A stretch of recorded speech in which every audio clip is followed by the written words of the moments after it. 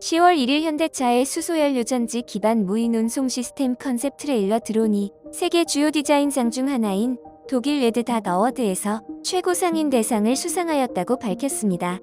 특히 레드닷 어워드라는 상 자체가 유럽 브랜드들의 동무대로서 현대차가 수상했다는 것은 산업계에서 상당히 의미 있는 성과라고 전문가들은 말하고 있습니다.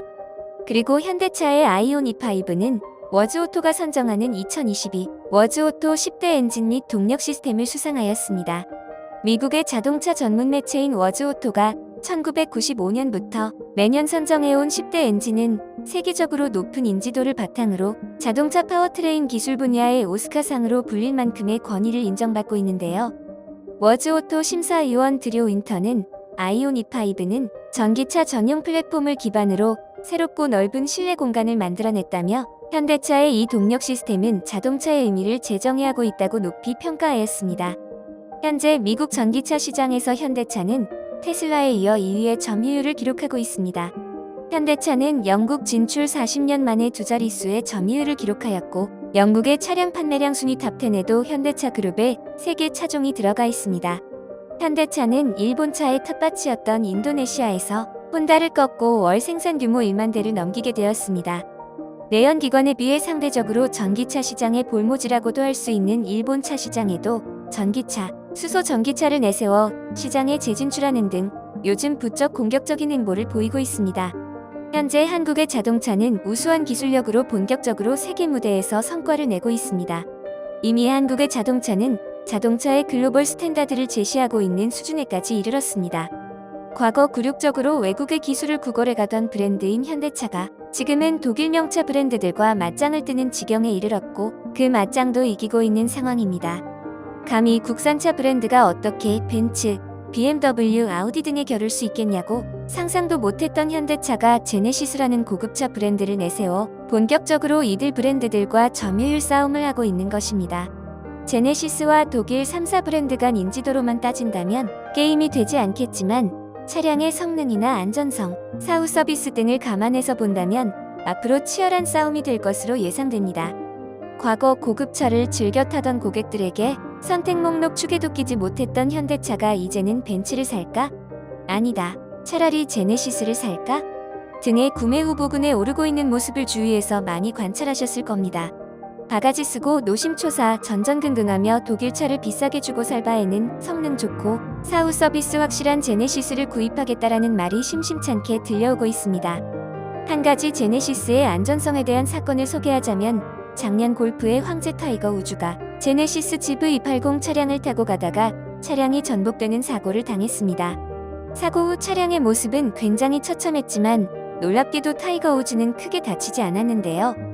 일각에서는 제네시스 차량 때문에 전복사고를 당했다라는 악의적인 보도도 있었지만 대부분은 차량의 처참한 상황에 비해 타이거 우즈는 크게 다치지 않은 점을 보고 GV80을 타이거 우즈를 살린 차라는 인식을 심어주게 됩니다. 그 후 GV80은 올 1월에서 7월 미국에서만 1만 대 이상 팔렸고 제네시스 전체로 본다면 판매량이 3만 대가 넘어가게 됩니다.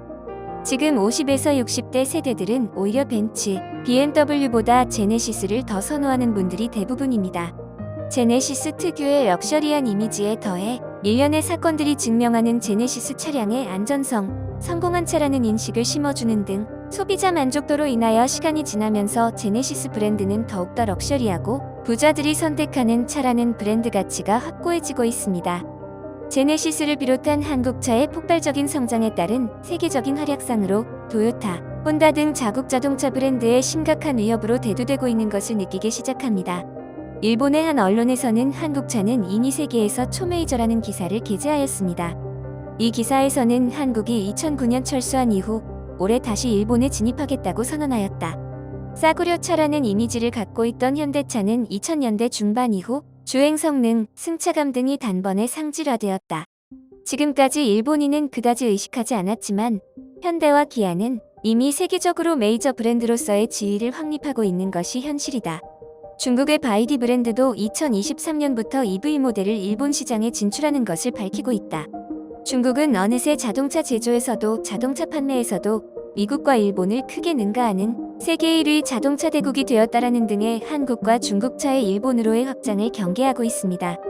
일본인들이 지금까지 콧방구를 껴가면서 무시만 하고 있었던 한국과 중국의 차들이 서서히 일본으로 항로를 돌리면서 일본인들도 보고만 있지 말고 각성을 해야 한다는 의견을 기사를 통하여 전달하고 있습니다. 이 기사에서 일본 네티즌들의 흥미로운 댓글이 달렸는데요. 자동차는 가혹한 환경 속에서 주행되어야 하며 일본에서는 차량 검사가 매우 엄격하다.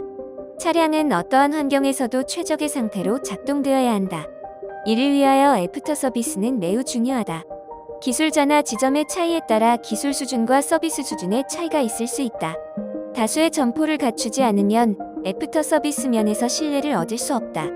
사실 이전에는 한국이 자동차 산업으로 일본에 도전한다는 것은 상상도 할 수 없는 일이었습니다.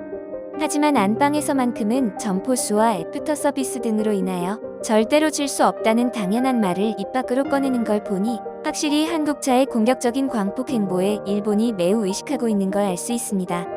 한국차는 지금까지 일본차를 흉내내가며 미국, 동남아시아, 인도에서 저가격 전략으로 성장하여 어느 순간 메이저가 되었습니다. 현대는 세계적으로 팔리고 있지만 일본 시장에서는 아직 점유율이 작다고 생각되고 있습니다. 왜냐고요? 실은 현대는 일본 시장에는 그다지 힘을 넣지 않기 때문입니다. 세계적으로 보면 소규모 시장인 일본에 상대를 하는 것보다 더 넓은 시장을 상대로 전력을 다하는 것이 득책이기 때문입니다. 현대차는 일본에서 필사적으로 팔 생각은 없어 보입니다. 그러니까 보통 일본인이 현대를 싫어해도 현대는 꼼짝도 하지 않을 것입니다 등 현 자동차 시장에 대한 현실적인 의견도 달리는 것을 볼 수 있습니다. 사실 지금까지 우리는 일본의 많은 것을 따라잡았습니다. 음악 산업은 말할 필요도 없고 영화, 드라마, 웹툰 등 대부분의 문화산업은 이미 일본은 뛰어넘은 지 오래입니다. 조선, 반도체, 국방기술 또한 말할 필요가 있을까요? 현재 지금 남아있는 것은 자동차 시장 하나뿐입니다. 현대와 제네시스의 전기차를 비롯하여 한국의 전기차는 이미 세계 시장에서 디자인과 기술력 측면에서 압도적인 평가를 받고 있습니다. 제네시스는 단순히 현대차의 고급화된 브랜드가 아닙니다. 어느 순간 대한민국을 상징하고 대한민국의 기술 수준을 대변하고 있습니다. 제네시스의 성공은 그 이하 다양한 하위 브랜드들과 생산 공정에 많은 변혁점을 줄 것입니다. 기술을 구걸하며 가성비를 내세워 싸구려 자동차를 판매하던 현대차가 이제는 세계 시장에서 품질과 경쟁력으로 정상에 우뚝 서게 된 것입니다. 현대차와 제네시스 그리고 한국 자동차의 앞으로의 행보에 귀추가 주목되는 바입니다. 시사를 꼬집어보는 시사꼬집. 오늘의 영상 여기까지입니다. 시청해주셔서 감사합니다. 행복한 하루 되세요.